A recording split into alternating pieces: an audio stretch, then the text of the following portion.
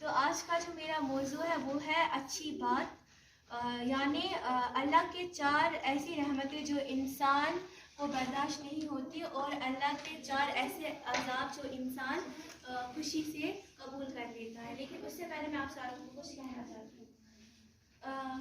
ہمارا یقین کمزور ہے، لیکن اللہ کے وعدے تو سچے ہیں۔ اللہ کا ذکر کرتے رہا کرو، چاہے وہ گھر ہو یا باہر یا راستے میں بھی ہو، کیونکہ اللہ کا ذکر جس چیز کے سامنے آپ کریں گے، چاہے وہ پتھر ہو، پیڑ ہو، پودے ہو یا کوئی بھی چیز ہو، کیونکہ قیامت کے دن وہ اللہ کے سامنے آپ کی گواہی دے گا اور یہ فرمائے گا کہ یا اللہ، تیرا یہ جو بندہ تھا وہ تیرے ذکر میں مشغول رہتا تھا۔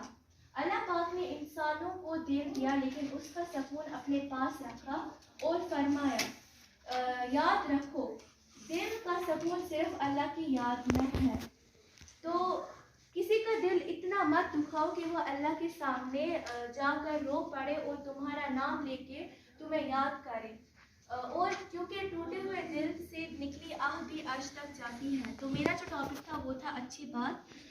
تو اللہ کی ایسی چار رحمتیں جو انسان سے برداشت نہیں ہوتی، کہ آپ میں سے کسی کو پتا وہ چار رحمتیں کون سی ہیں؟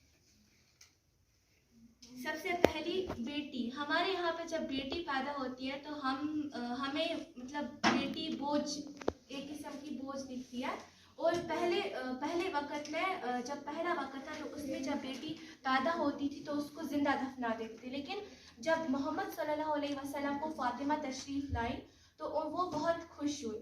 دوسرا، مہمان۔ ہمارے گھر میں جب مہمان آتا ہے تو ہمیں موڈ خراب ہو جاتا ہے اور ہم اپنے گھر میں لڑائی کرتے ہیں، الٹا سیدھا ایک دوسرے کو سناتے ہیں، لیکن ہمیں اس بات کا اندازہ نہیں ہے کہ جو مہمان ہے وہ اللہ کی ایک رحمت ہے۔ اس کے بعد بارش، اور چوتھا بیماری۔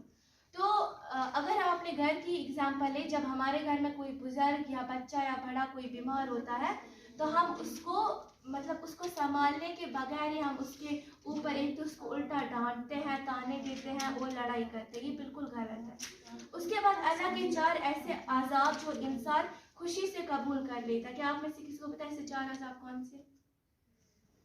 سب سے پہلا جہیز، مطلب جب بیٹی شادی کے بعد جاتی ہے سسرال، تو سسرال والے جو مانگ کرتے ہیں اسے جہیز بولتے ہیں۔ دوسرا، غیبت۔